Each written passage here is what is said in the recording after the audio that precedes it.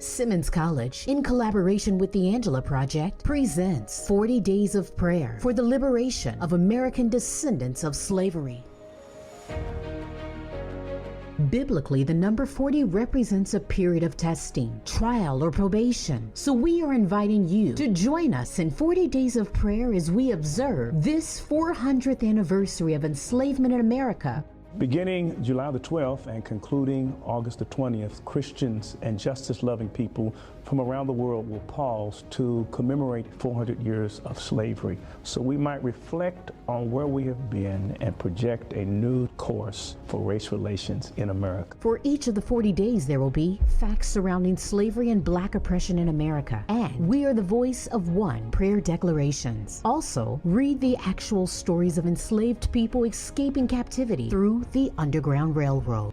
We who are the American descendants of slaves realize that we did not come to this country seeking a better life. We were brought against our will to help others have a better life. It's called slavery. The first woman was a woman named Angela, and that began the sad tradition of enslavement in this country. We will pause to remember their pain and project a new future. On August 20th, at the culmination of the 40 Days of Prayer, the ceremony book will be used in services held across this nation in commemoration of this 400th year of slavery in America. So let's go global with this initiative and show the world the power of prayer.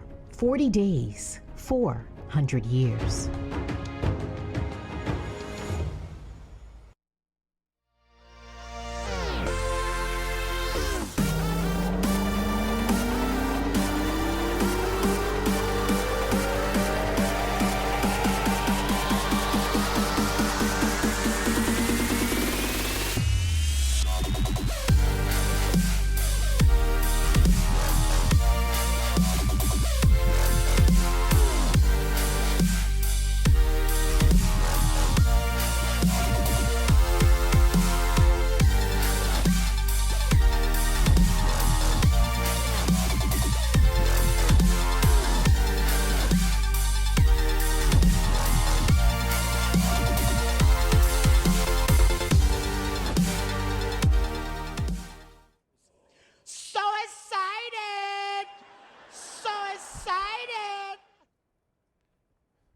What's really good, everybody? Welcome to Millennial Mondays, a Bible study that is for us, by us. I'm your host, Corey Bailey, and I'm just so excited that you all are here again. Whether you're tuning in from Facebook Live, the St. Stephen's SSC Live app, or maybe you're tuning in from YouTube, either way, welcome. I'm extremely excited. This is our second week that we're moving into this space, and we're talking about the 400th year commemoration of Black enslavement in America, the 40 days of prayer and fasting. And if you don't have that devotional, I'm telling you right now, get it.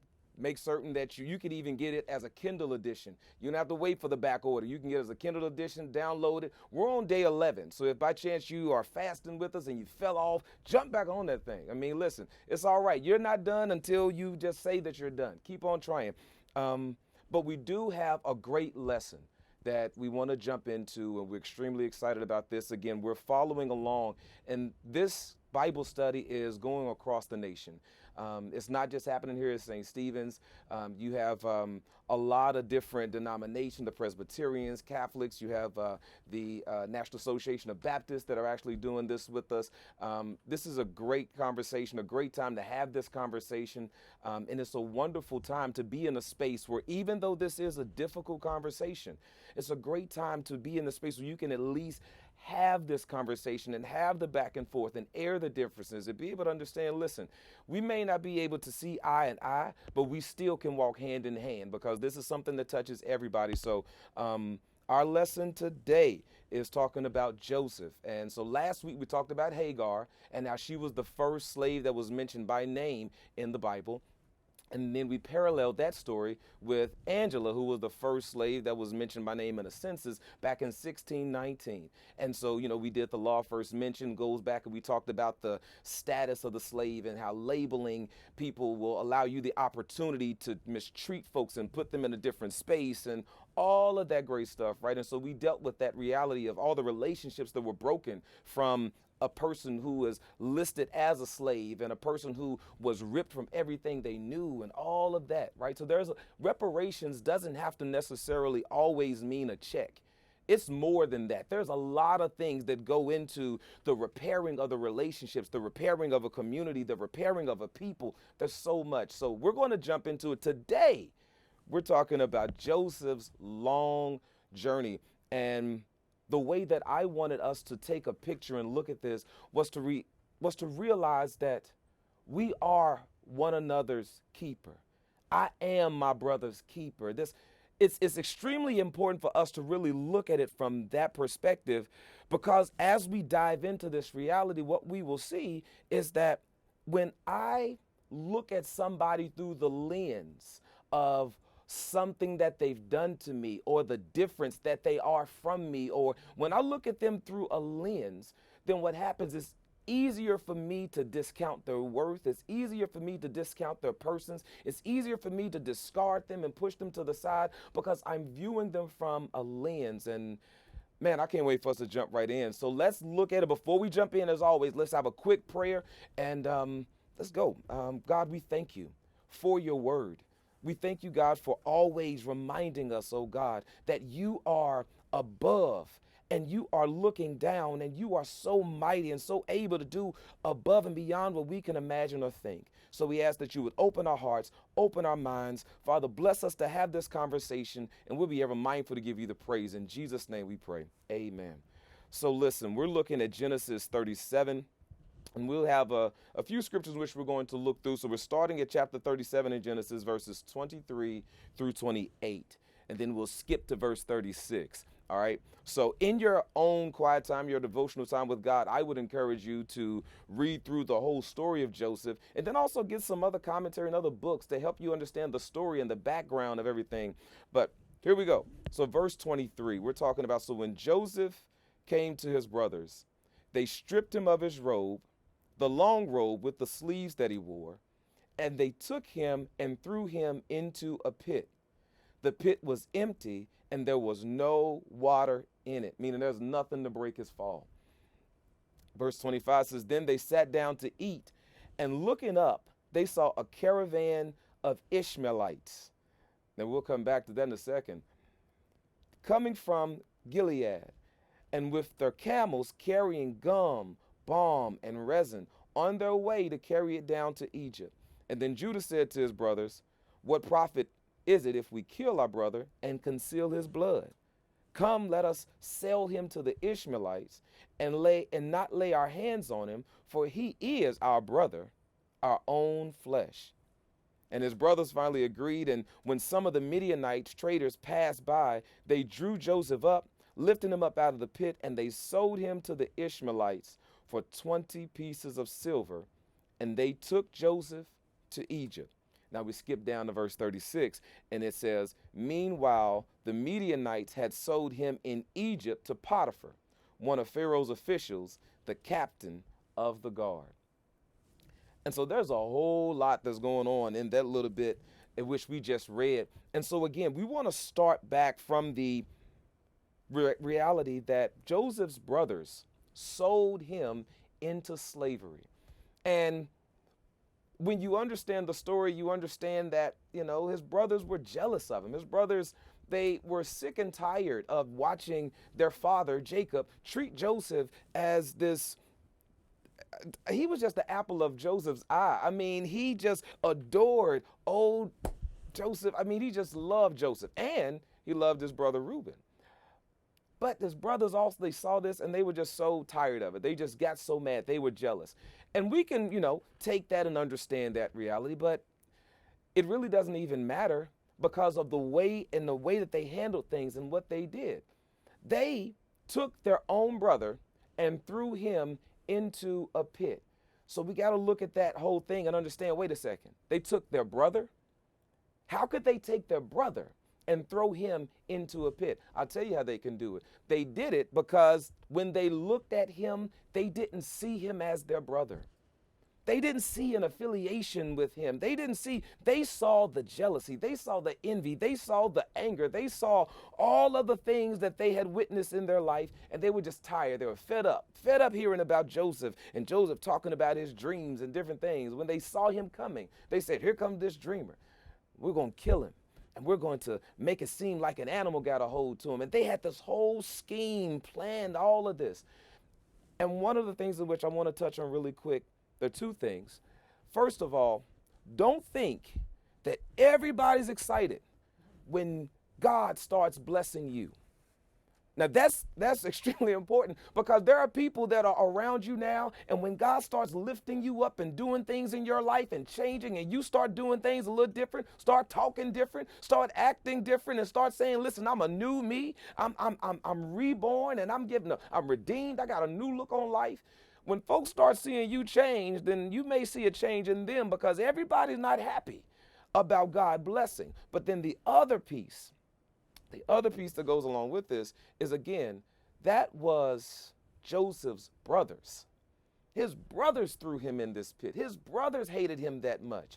But it's easy for me to do when I look at you through the lens of what you've done to me, or when I look at you through the lens of hatred, and when I look at you through the lens of you're different. Because the truth is that Joseph didn't have the same mom as some of his other brothers.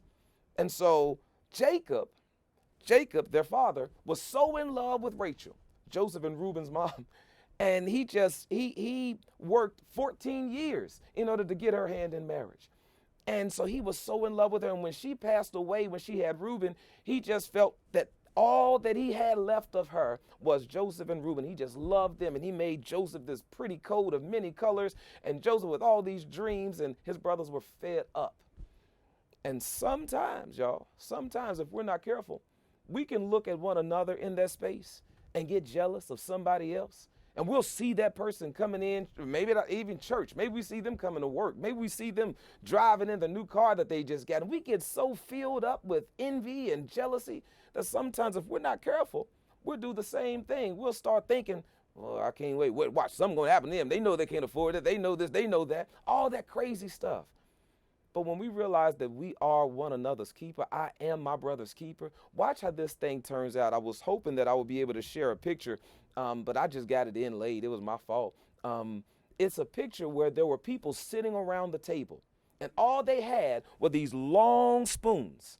Now, the spoons were too long to feed themselves, but they had a big bowl of soup in front of them. Now, they could dip the spoon into the bowl, but they couldn't feed themselves.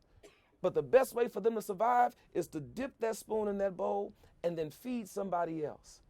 My God, don't you know that God blessed you so that you could be a blessing to somebody else? It is a fool who takes all of their blessing and hoard it up to themselves and hold it on to themselves and do it just for. That's not what God blessed you for. That's not why God is in the blessing business. God says, listen, I need you to love ye one another as I loved you. God gave us his best. And that's what God's expecting from us. So watch this. We have his brothers looking at him, but not as their brother. That's why it's so easy for somebody to take a gun and shoot somebody else, because I don't see you as my brother. I don't see you as somebody that is affiliated with me. I don't look at you and think I need you to survive. When you think about how slavery started, It wasn't that the European nations were so strong and so powerful and they just came in and overtook some of these tribes in Africa. No, this was a situation where the African tribes saw other tribes. They went and got prisoners of war and sold them into slavery. Why is that? Because they're a different tribe. That's not my brother. They don't have any affiliation with me, no kinship with me. And if we're not careful, y'all, here in America, now we know we have this movement, Black Lives Matter. But when you really get to the crux of it and ask somebody, what does it mean to be black? There isn't a whole list of rules to say, well, here's the reason why I identify with being black and all this other stuff. It's easy for us to look at one another in a different lens and say, you're not my brother.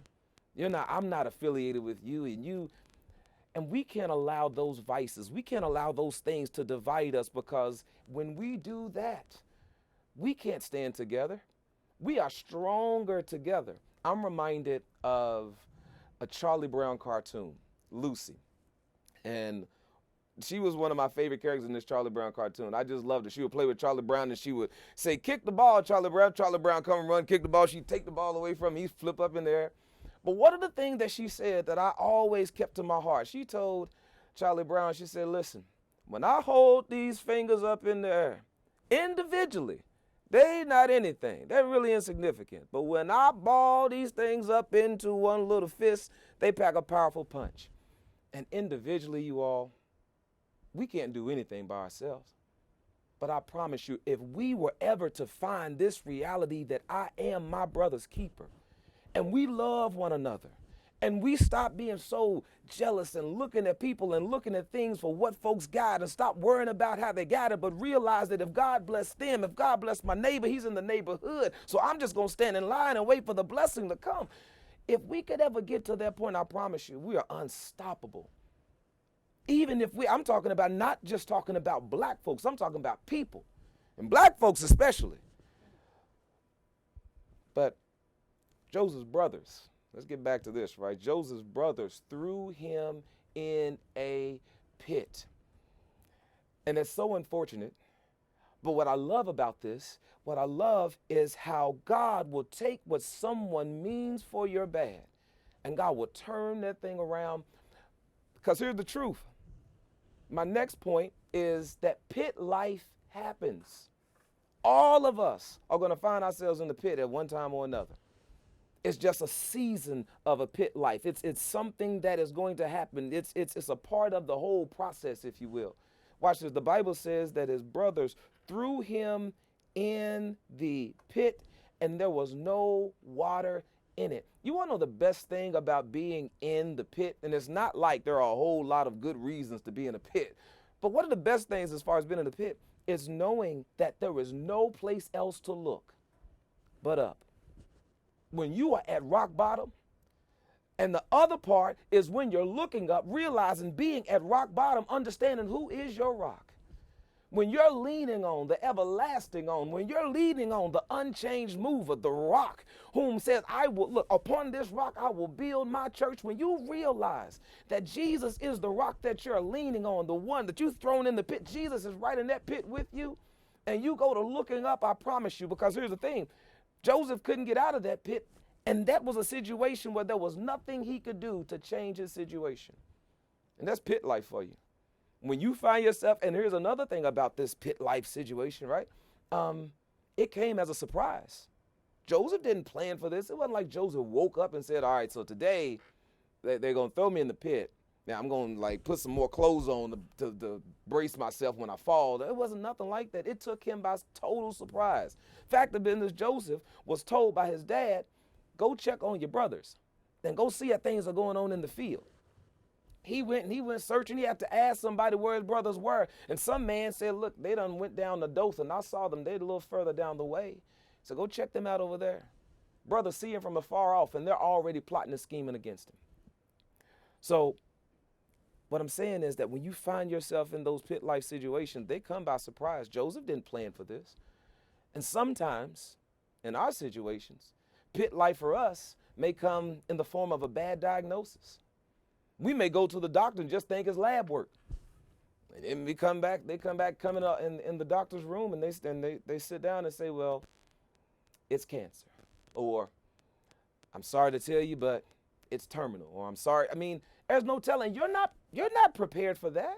Or maybe it could come in the form of being laid off.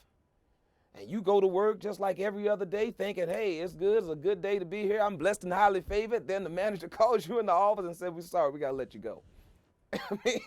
I mean, that's not how you started your day off. And sometimes they'll wait until you finish the whole day, let you work all day, then they let you. Now listen, we're going to have to talk about that one. But, I mean, sometimes, right, it just happens. Those kind of things happen. I mean, in other cases, other pit life scenarios, it could come in the form of a divorce. And you think marriage is going great. You think everything is good. And nothing's been communicated to you to tell you what's going wrong. And next thing you know, you get papers. Could be in the form of a traumatic injury. I mean, pit life, right? These things happen. And it's not something that you can plan for. It's not something that you can, get ready for. It catches you off guard. But the thing that I want to encourage somebody in this pit, in this moment, if you're going through, the operative word right there is you're going through. Meaning, don't make any permanent decisions in this temporary situation. You're going through. You will get through this. And here's the other thing that I love about it. When the enemy, because God has to give permission to the enemy to allow them to do anything, right? When the enemy attacks you, he can attack anything, but guess what he cannot touch? The enemy can't touch your destiny.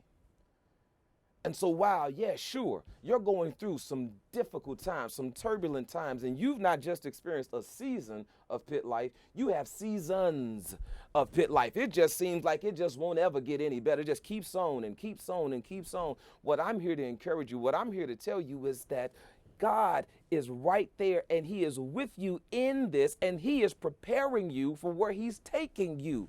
God gives the greatest battles to the greatest warriors. And so listen, don't give up in the winter. Don't die in the winter, because I promise you spring is coming.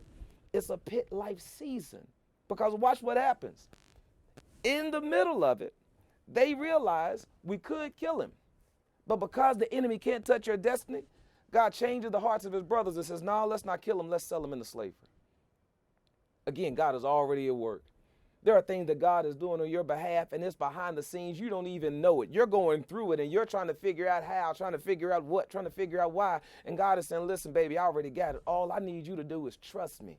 So they threw him in the pit, and the Bible says, they said, well, listen, what good is it if by chance we kill him? There's no profit to us. Why don't we sell him? They saw some Ishmaelites coming.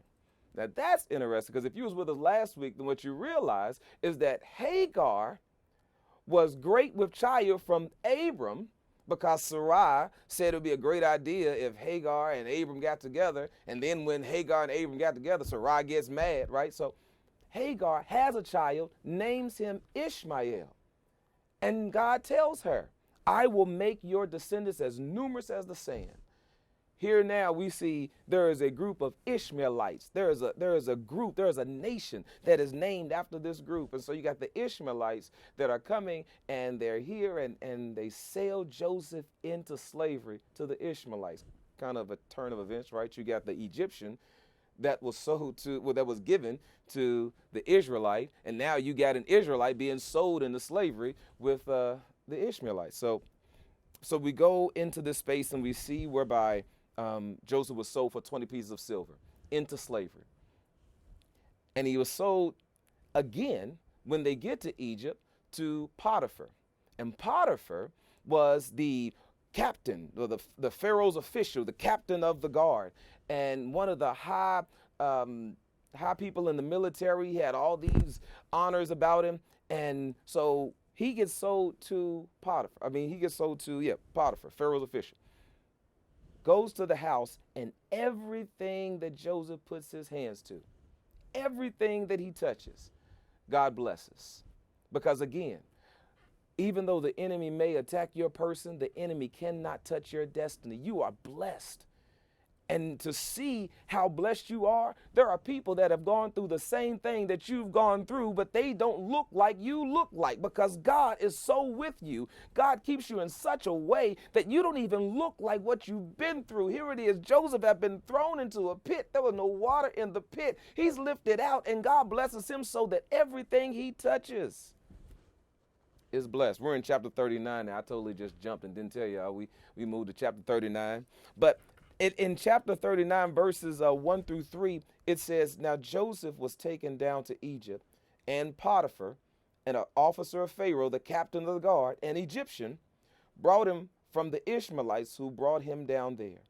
And the Lord was with Joseph." And that's right there. That's the thing that keeps you in focus, to know that God is with you in your pit situation. It doesn't matter how bad it gets, God is right there. It says, and he became a successful man. He was in the house of his Egyptian master. His master saw that the Lord was with him, and that the Lord caused all that he did to prosper in his hands. And I love that, because you know, just as well as I know, that when God is blessing you, there's a whole lot of things we can do. We can complain about a whole lot of things, but one thing we can never say is that God is not right there with us every step of the way. Because even when it doesn't look like he's with us, we know he's right there. Even when it looks like all the odds are stacked up against you, God is right there. Because the situation of what it could have been, they could have killed Joseph, but they didn't. They could have made it seem as though they killed him and made it seem as though he was attacked by an animal and all this other stuff, but they didn't. Why? Because God has a plan for Joseph. In the same way, God has a plan just for you. That's the reason why God has moved you in this space. So here's the thing. So as we're looking at this, you take a look at this point, and the thing that I really want to touch on really quick before we go is that the king always has another move. I love how this whole thing breaks down, because there's another portrait. I love art. So there's another portrait that I just love. It's called Checkmate.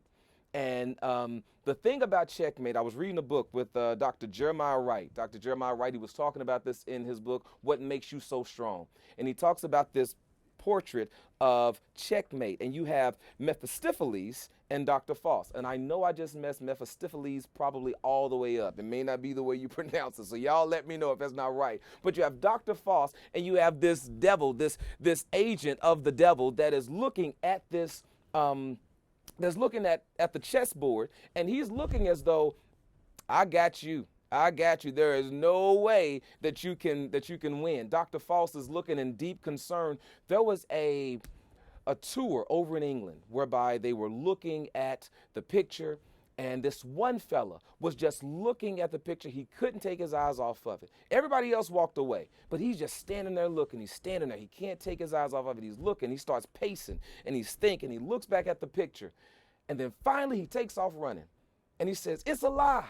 It's a lie. The king has another move. The king has another move." And the reason why this is so important, because the guy who was looking at the picture was a master chess player.